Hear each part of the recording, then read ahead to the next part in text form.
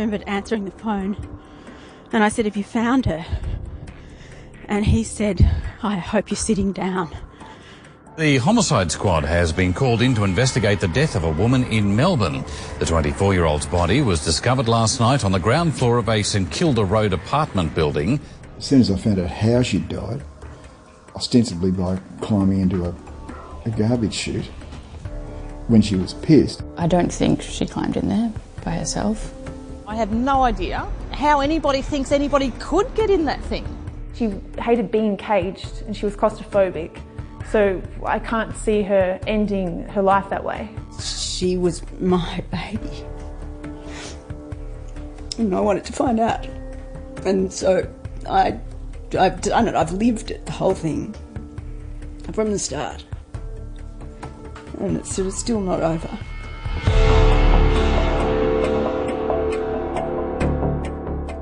This is episode 6 of Phoebe's Fall, a podcast from the Age newsroom in Melbourne. I'm Michael Batchelard. And I'm Richard Baker. And we've been investigating the short life and brutal death of Phoebe Hansjuk.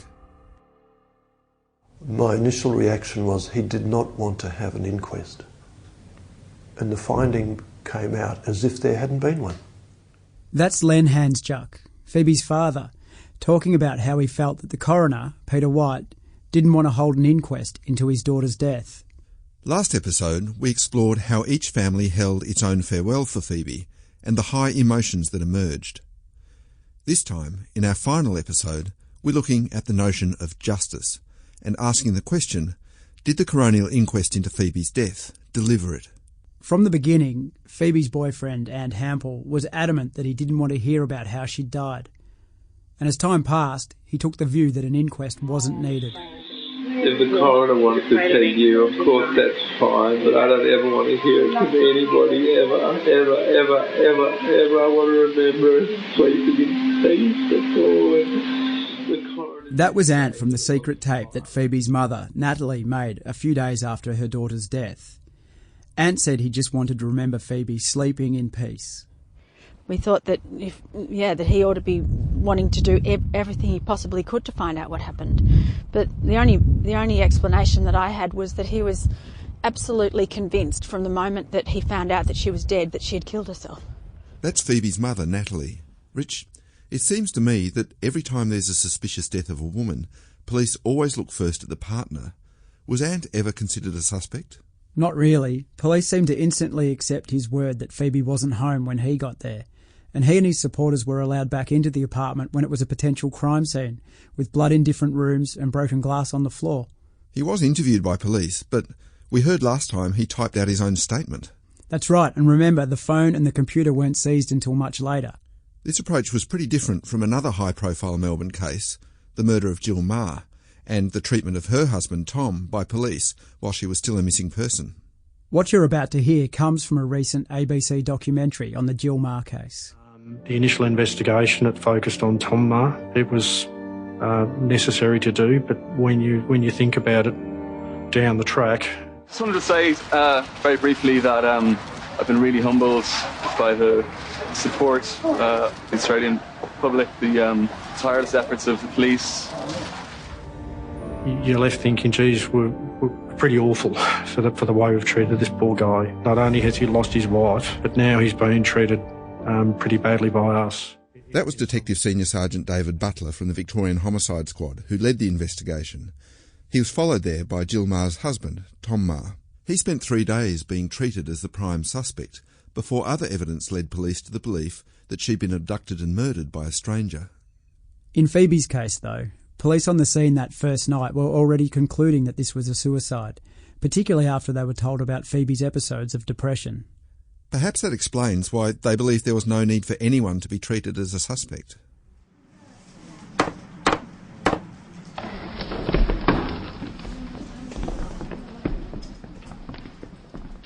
The role of the coroner's court is to investigate what happened around a death, to work out who died, the circumstances in which they died, and the causes of death. How important is it to them, I guess, even emotionally, for the court to be, for findings, I suppose, to be solid? It's enormously important for families and for everyone else associated with the death, who might have had some role in bringing it about or be affected by it, that the outcomes are right and that they command the confidence of everyone involved as having been the product of sound and rigorous investigation. It matters a great deal. That's Melbourne barrister Ian Freckleton QC. He's one of Australia's foremost experts on coronial law and a member of the Victorian Government Council that oversees the workings of the Coroner's Court. Ant had already made it clear he didn't want to know details about Phoebe's death, and when the time came for the coroner to decide whether he'd hold an inquest, Ant's lawyers stood up in court to oppose it. If Ant had agreed to talk to us for this podcast, the first thing I would have asked is, why didn't you want an inquest?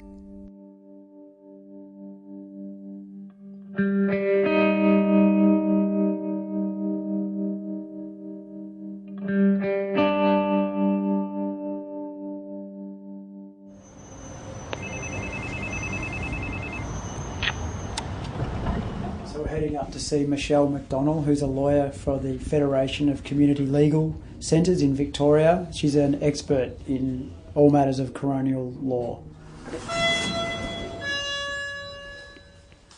The majority of cases that end up in the coroner's court are actually decided without an inquest process. So a coroner will review documents, statements, and make a decision, a finding, and potentially recommendations without going through that inquest process.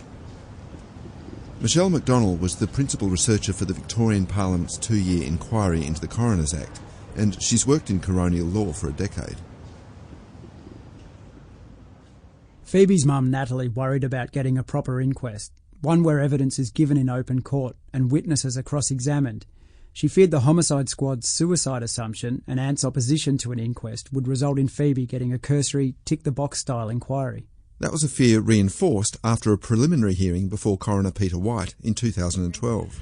And in that directions hearing, the coroner wouldn't say whether he was going to hold an inquest, and he also said that if he did, he was quite inclined to have it behind closed doors, like not have an open inquest. This concern drove Natalie and Lorne to contact me and our colleague at The Age, Nick McKenzie, in 2012. They also reached out to the 7 Network's Sunday night program. Up until then, the name Phoebe Hansjuk had never made the news. Tonight, what do you think has really happened to Phoebe? A beautiful girl with a glamorous lifestyle, but her death was bizarre. We begin with the mysterious death of beautiful Phoebe Hansjuk. What pushed it over the line was probably the Channel 7's Sunday night program, plus the stuff that you blokes wrote too. People were sort of thinking there's a bit of a stench about this.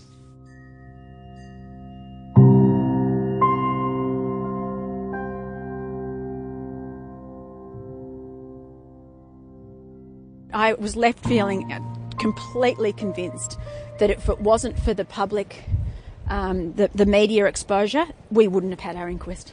To have to fight for an inquest in a case like this, which just it just shouted out there's something not right here.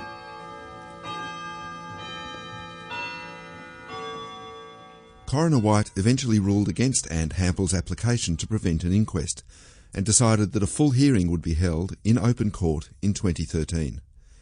This meant the public would hear evidence in an effort to find out whether Phoebe's death was suicide, foul play, or an accident.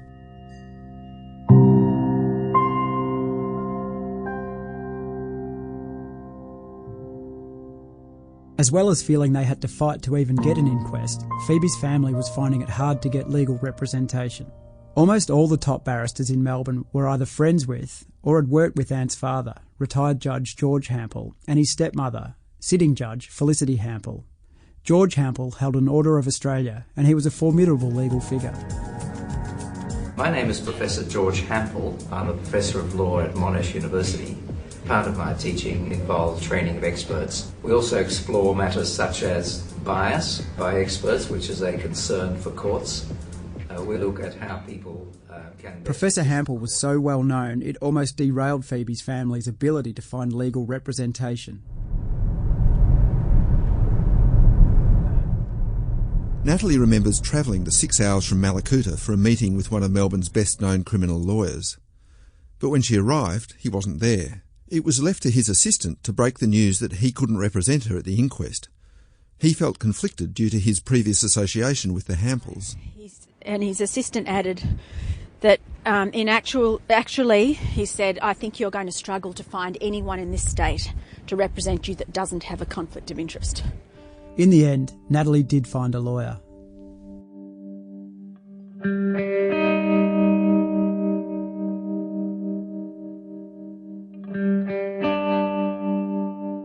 While all the legal manoeuvring was going on, South Melbourne detective Brendan Payne was getting on with the job of taking statements and gathering evidence for the inquest as the officer preparing the brief for the coroner.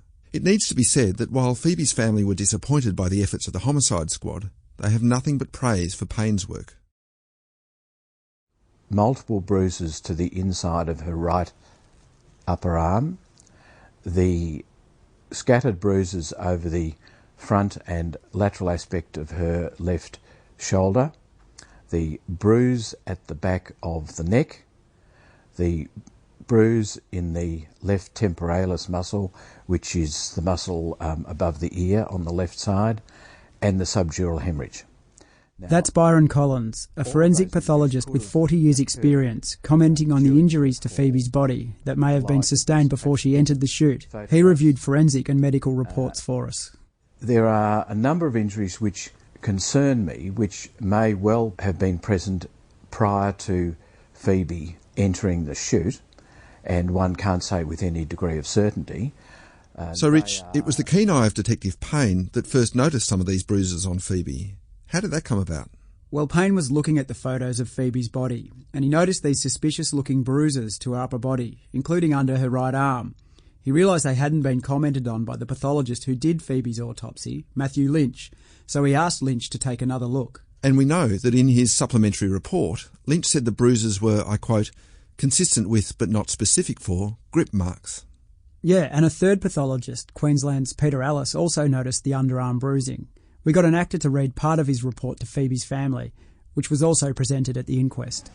Shapes of bruises are not necessarily specific, but in this case they do support the application of fingertips to the inside of the arm, most often seen in the forceful holding of the arm.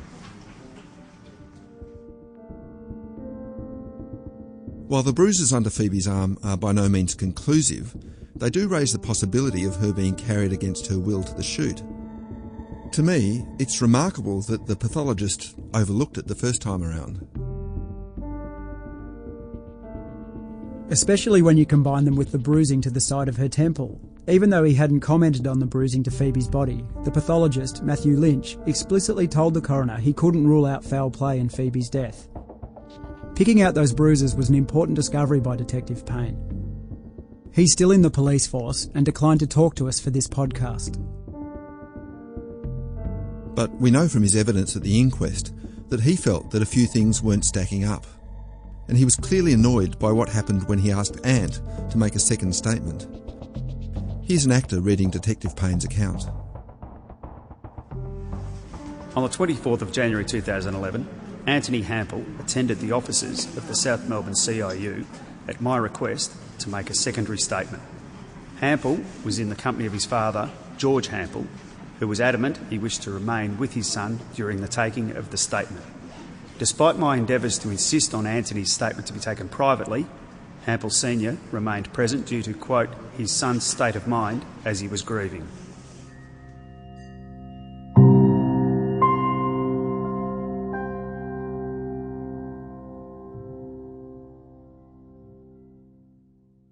The community of Malakuta ran a fundraising night and had an auction night.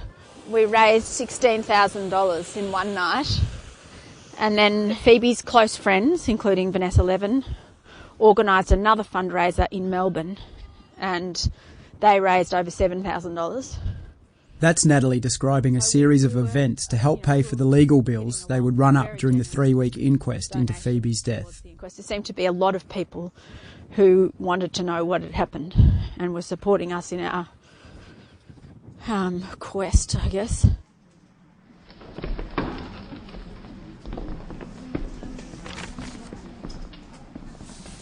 The inquest was held at the Melbourne Coroner's Court in August 2013. With 26 witnesses, it was a big one, and Natalie was there every day. Natalie, Ant and Victoria Police were all represented by barristers. But the key lawyer at the inquest was Deborah Semensma, who was the counsel assisting the coroner. On Thursday the 2nd of December 2010, the body of Phoebe Handstruck was found in a ground floor refuse room at the Valencia apartment complex in St Kilda Road, Melbourne. Phoebe was 24 years old. She lived on the From the outset, it was clear that Coroner White had a complex, high-profile case before him, with evidence going in all directions. One of the factors making it hard to issue any finding at all was the appalling police investigation, as we detailed in episode 4. During the inquest, Coroner White directed experienced homicide detective Sol Solomon to review the police work in Phoebe's case and provide his own opinion. Solomon wasn't critical of his colleagues. Instead, he urged the coroner to focus on Stilnox, also known as Zolpidem or Ambien. To get a good night's sleep, try 2-layer Ambien CR. When taking Ambien CR, don't drive or operate machinery. Sleepwalking and eating or driving while not fully awake with memory loss for the event, as well as abnormal behaviors such as being more outgoing or aggressive than normal, confusion, agitation, and hallucinations may occur. Don't take it with alcohol as it may increase these behaviors. Wake up ready for your day. Ask your healthcare provider for 2-layer Ambien CR. As a sleeping drug, Stilnox works, but in the past few years, it's got itself a bad name. The trouble surrounding Olympic champion Grant Hackett has taken another turn, with reports he previously battled an addiction to the sleeping pill Stilnox.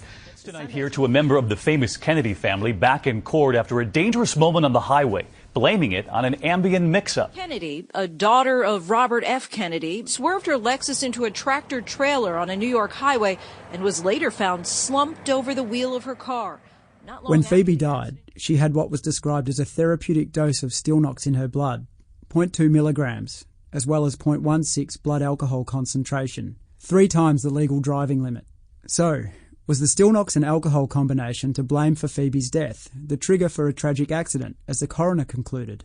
It's a good question, and I reckon there are 2 issues here. Firstly, was it likely that she could behave oddly or unpredictably while she was on it? And secondly, could it allow her to perform an act of significant balance and strength, like climbing feet first into the garbage chute? Various doctors gave evidence at the inquest, but no sleep experts were asked to testify, so we consulted a few ourselves. Probably the most unusual will be driving your car in your sleep, and so we have had about 60 or 70 reports of that through our helpline alone. But that's Geraldine Moses. She's a clinical pharmacologist who has a special interest in Stilnox, and who runs a helpline that gathers information about adverse reactions to the drug. People can do all kinds of behaviours, but a lot of them tend to walk out of the house, get straight in the car and drive off somewhere. Other people have cooked and eaten. Cleaning has happened a lot. One of the other things we have had reported, we probably have about 20-odd cases of them on our archive, is people walking off balconies. So if you're going to die from Stilnox, it's most likely to be from an overdose, but it has been associated with some bizarre deaths. There's a term, defenestration. It means jumping out a window. So people move from wherever they were sleeping, climb stairs or whatever, open a window and jump out. It's not something I would normally do and would require some manual dexterity. So that certainly answers the first question. Can people do bizarre things while on Stilnox? Right. But could Phoebe have performed the difficult physical feat of climbing into the garbage chute while under the influence of Stilnox and alcohol? Well, even the doctors at the inquest were sceptical about that. They said alcohol and Stilnox would each make it more difficult for her to act in that way, and even more so when they were combined. Ron Grunstein, who's the head of the Centre for Respiratory Failure and Sleep Disorders at the Royal Prince Alfred Hospital in Sydney, also has his doubts. It's possible for people to do dangerous things on any form of sleeping medication. I just, would say that it is a rare effect. And also, when you start talking about complex behaviours, it starts to get a little bit, hard to believe. Professor Grunstein has looked at the evidence in Phoebe's case and considered the mix of alcohol and Stilnox in her blood. But in any case, some of that would make someone less able to do complex tasks. And from what I've seen related to photographs of this garbage chute and, the size of Phoebe, just from looking at the sort of behaviour that would be required to get into that, I would be very sceptical that was how the events occurred. I've got a half a dozen colleagues around Australia and also in the United States who do a fair amount of medico-legal work around bizarre behaviours during sleep. They shared my scepticism. And even Geraldine Moses, who runs the hotline where people report bizarre behaviour under the influence of still knocks, can't quite get her head around Phoebe's story. Another thing is often people take this on long-haul flights. So I've had many stories of people getting up and roaming the aeroplane, doing wheeze and poos in the aisle, trying to get into the cockpit, attacking the crew. One lady saying to the crew, right, meet me outside the plane, now. Anything's possible with Zolpidem, really. It's just that, as you say, the ability to get into the chute sounds a bit too much, doesn't it?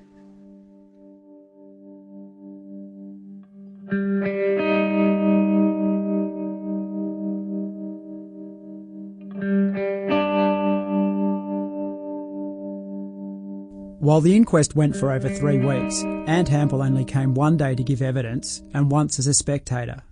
That was the day his old friend Vanessa Levin told the coroner that she felt Ant had been putting his emotions on and off. Remember, Ant had opposed the inquest being held and later testified that he'd never given much thought to it in the days and months after Phoebe died. Well, that's what he said when he was asked why he hadn't kept the SIM card from Phoebe's iPhone. There wasn't a reason in your mind you might hold on to the SIM card in case there was an inquest? I didn't have a reason to. But if Detective Payne has told you on the 2nd of November that he thought there was likely to be an inquest, was that not a reason to hold on to the SIM card? No, I think that was an opinion of his, and it was certainly not something I gave a lot of thought to.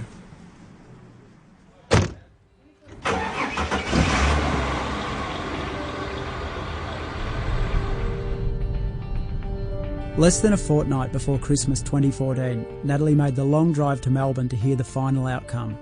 Her mind was running through the various possibilities. I didn't think he'd be able to rule it as a suicide. I didn't think he would say that it was a homicide or a murder. I knew that. So it left us with only 2 options, and the one that we were holding on to was that he would make an open finding, so that if other evidence came to light in the future, that the case could be reopened. The other possibility crossing Natalie's mind was a finding of accidental death. It took 16 months for Coroner Peter White to deliver his finding. By the time he did, it was 4 years after Phoebe's death. I find that Phoebe climbed into the chute in an unconscious state with a level of motor control in place, or, at the very least, that she was deeply confused and quite unable to think in a rational manner. Phoebe's long-term enthusiasm for climbing and penchant for undertaking physically challenging activity was a factor in this event. In other words, this was a tragic accident.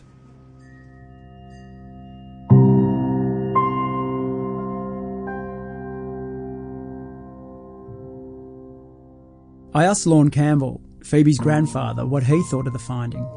It was ridiculous, frankly. We were just aghast.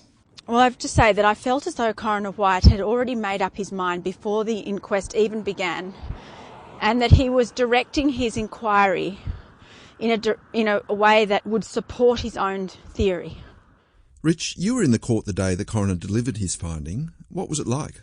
Well, I remember looking at the face of Coroner White's counsel assisting, Deborah Semensma. She looked really annoyed. She'd recommended an open finding, saying there wasn't enough evidence to prove either way whether it was suicide, homicide or accidental death. Right, but the coroner went against that, and isn't it highly unusual for a coroner to ignore the advice of his counsel assisting? Yeah, it is. You'd expect he'd take more notice of her recommendation. And I wonder, given her reaction, if he even told Deborah Semensma that he was going to reject her submission. There was another thing too. She'd advised the coroner that the evidence wasn't strong enough for Ant Hampel to be ruled in or ruled out from the possibility of involvement in Phoebe's death. That is not to say he had any involvement, but rather there is an inability to exculpate on the balance of probabilities. Moreover, there were aspects of Mr. Hampel's evidence that were unsatisfactory, in that they were clearly a reconstruction. At times he would agree with a proposition until such time as an inconsistency was pointed out, and at other aspects of his evidence were not consistent with objective facts. Right, but Coroner White dismissed her view on that as well. Instead, he completely cleared Ant Hampel. We should add here that Ant said on oath he had no involvement in Phoebe's death, and we're not suggesting otherwise. There's one more aspect to this finding. The coroner came to the view that Phoebe's relative lack of internal injuries meant she must have controlled her descent down the chute. She then levered herself into the chute and commenced to move down the chute cylinder by pressing her extremities and her bottom and back against opposite walls of the chute, withstanding her drug alcohol intoxication. But the evidence does not suggest that she undertook this conduct either intending to end her own life. If she had got into the chute cylinder involuntarily, having been placed there by an assailant, there would have been major trauma resulting in internal injuries, as well as external injuries to her torso and head and limbs. Rich, the coroner has made the link in his mind that Phoebe's relative lack of internal injuries means she controlled her fall, which means she must have consciously put herself in the chute, and therefore nobody else was involved. Yeah, but there was no dirt or injuries on the outside of her arms that would suggest she controlled her descent. And he also disregarded some injuries she did have, like the bruises on the inside of her arms. Forensic pathologist Byron Collins, who reviewed the evidence for us, is sceptical. Yes, I certainly am. I don't think that one can say with any degree of certainty whether the fall was free or whether it was impeded by some effort in trying to press perhaps her arms against the sides of the chute to slow the fall down. There are a number of possibly unexplained injuries present on Phoebe's body, which need not necessarily have occurred during the fall, and I feel therefore that the most appropriate finding would be open. And that's based Even the pathologist who examined Phoebe's body, Matthew Lynch, told Coroner White in open court that he had no view on the proposition that Phoebe had slowed her own descent. Phoebe's grandfather, the retired detective Lorne Campbell, felt the evidence simply didn't support the coroner's interpretation. It is a big stretch, and the coroner was at pains to try and persuade the pathologist to go his way with that. He really almost led him to the point of saying, well, don't you agree with me on this? Lynch, the pathologist, couldn't make that jump. He really remained non-committal about it in the end.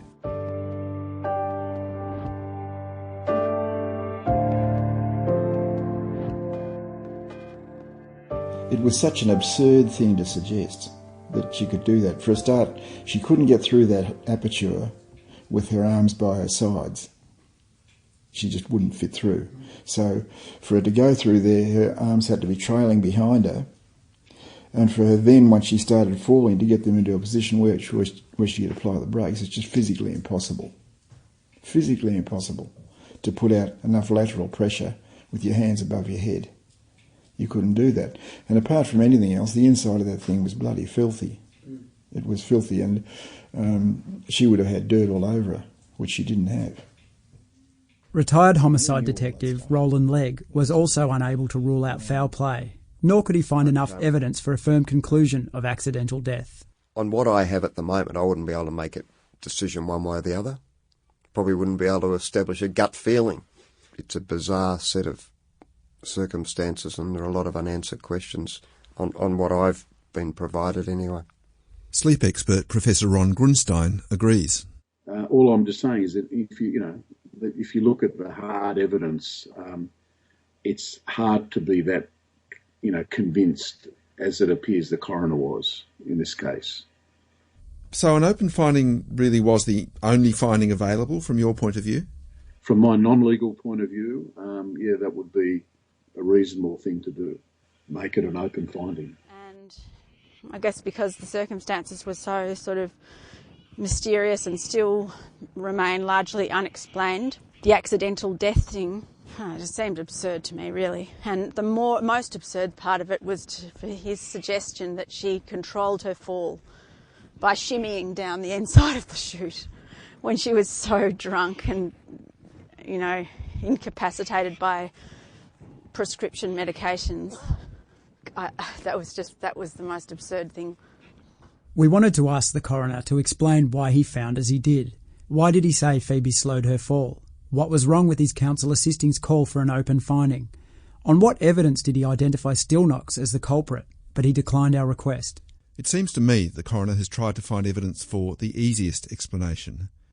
If you blame Stillknox and alcohol, then no actual person is responsible for Phoebe's death. Not her for taking her own life, and you certainly don't have to bother finding out if a third party was involved.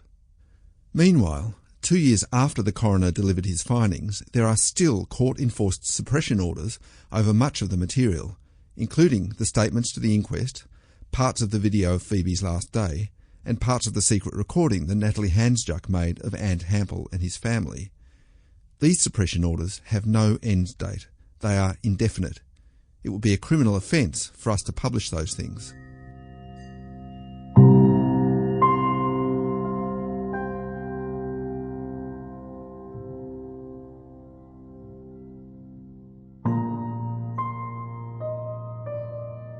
And so, 4 years after Phoebe died, a coronial process Phoebe's family hoped would provide some answers ended with bitter disappointment and bewilderment.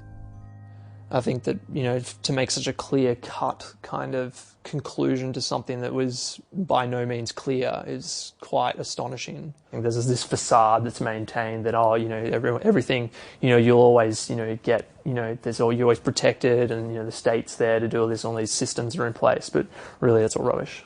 It feels like a really botched case with so many elements. Missing pieces of evidence that could have explained something, and stupid, condescending or something, of the judge to have called those findings like, we're not stupid, the family's not stupid. That's Phoebe's old friend Hazel Brown and her brother Tom, reflecting on what they regard as the lingering injustice in Phoebe's case. Phoebe's family genuinely believe she was intending to go out the afternoon she died. The evidence seemed clear. Her sunglasses were found near her body, and her phone charger was in her handbag, which was left on the kitchen counter. Her hair straightener was also plugged in and turned on. The family wanted to appeal Coroner White's finding. A top law firm and high-profile QC, Ross Gillies, offered to assess their prospects pro bono. Gillies described Coroner White's finding as highly unlikely. But even though they were willing to act for free, both Gillies and K&L Gates partner Peter McGrath told the family that with the law as it is, an appeal would be highly risky. This is an actor reading Peter McGrath's advice. If you are unsuccessful in the appeal and costs are awarded against you, the other parties will be able to seek to recover their legal costs and disbursements from you personally. Assuming the hearing runs for 3 days, the best indication we can provide is that the amount will certainly exceed $120,000.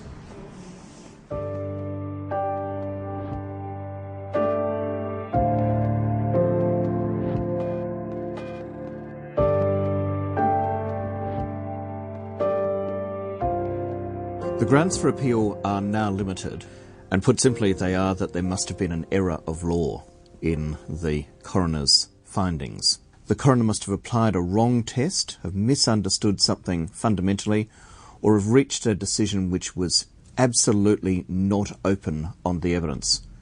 That was Ian Freckleton QC, explaining the only way a coroner's finding can be appealed in Victoria. With 2 sons still studying, the risk of more than $100,000 in legal costs was too much for Natalie. We've gone as far as we can legally. Walking out of that office that day, I felt like we'd just lost a battle. We'd really, really fought for. Pretty disappointing. And I did walk away feeling like this is not a justice system. Not at all. This is a life. A beautiful young girl's lost her life. And it's been covered over like Len said, she's just been treated like a piece of garbage. It's pretty hard.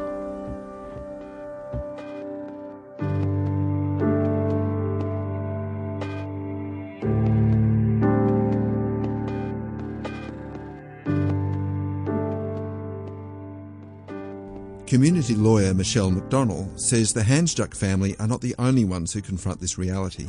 And I've seen examples of people suffering severe grief and psychological distress because they have not been able to accept the finding of a coroner, or they haven't been able to make a successful appeal to have the inquest reopened, and they're left with this terrible sense of tension of what if, and it really plagues them for the rest of their lives. And Ian Freckleton couldn't comment directly on Phoebe's inquest due to his position on the Victorian Government's Coronial Council. But we asked him if there's room to change the system to allow families more avenues to appeal. I think the key issue is to have the Coroner's Court functioning at a high level where its reasons are well enunciated and where there is good representation and expert witnesses are suitably involved so that the calibre of decision-making is of a high order. However, if something falls short in those regards, then the high threshold for a feasible appeal becomes problematic.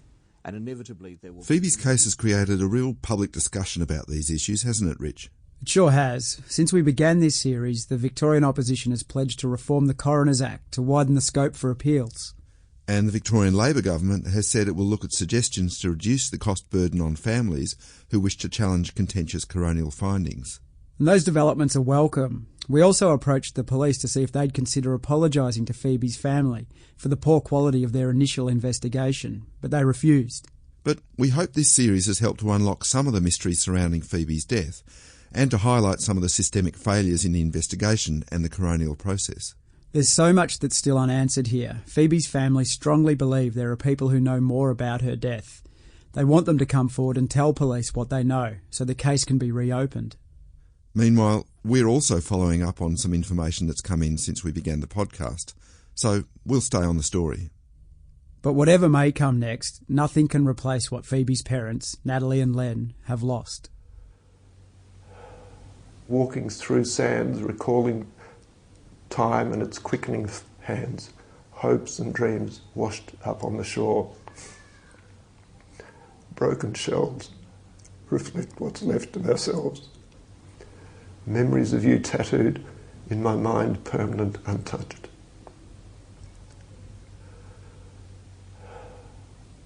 A thousand words left unsaid. If only we could turn back the clock.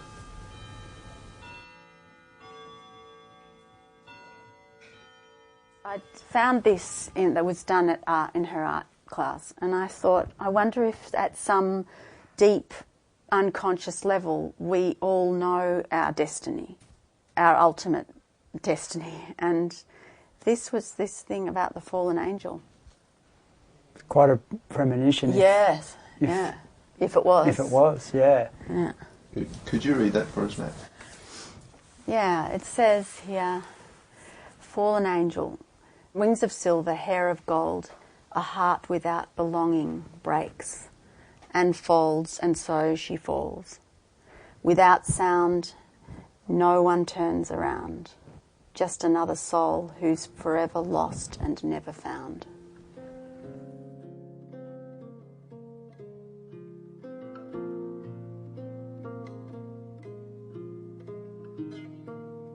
She was my baby. And I wanted to find out. And so I've done it. I've lived it, the whole thing, from the start. And it's sort of still not over.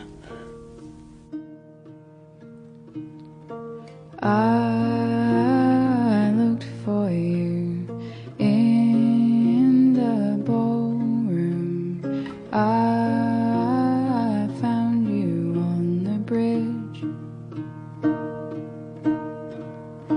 I tried to steal the things you were hiding. I tried to make you let me in. The fallout of Phoebe's death is still reverberating in the Hampel family too. While Anders married, his sister Christina still thinks about Phoebe. In March this year, Chrissy posted a message on Facebook, together with a photo of her and Phoebe. Remember, Chrissy Hampel is Ant's older sister who pleaded guilty to trafficking cocaine, but was let off with no criminal conviction. Her post only stayed online for about 12 hours, but somebody sent it to me. This post was the catalyst for the Phoebe's Fall podcast. It made me want to tell the story properly, once and for all. So I rang Chrissy Hample to see if she'd talk about it, what was behind her message, but she hung up. So we'll end Phoebe's Fall with a reading of that post instead. In loving memory, I just stumbled across my favourite pic of beautiful Phoebe.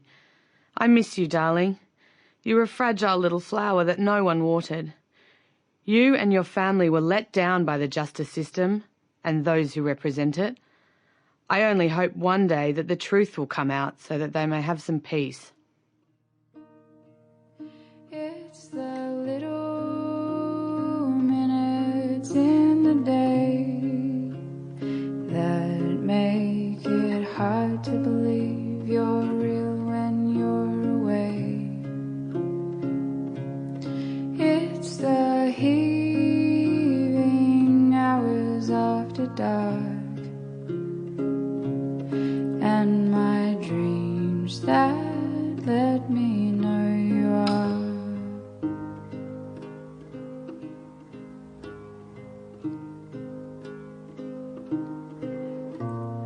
One night I touched your side, I put my hand on your ribs,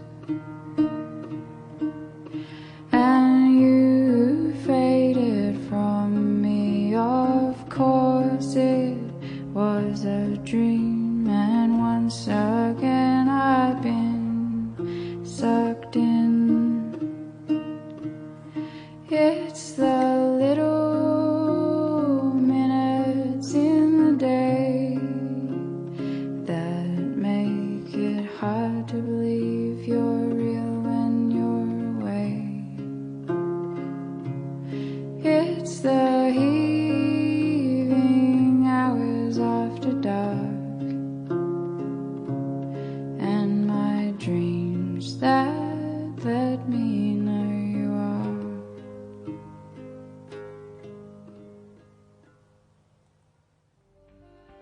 If you found any of the material in this podcast disturbing, you can call Lifeline or Beyond Blue if you're in Australia, or your local crisis service.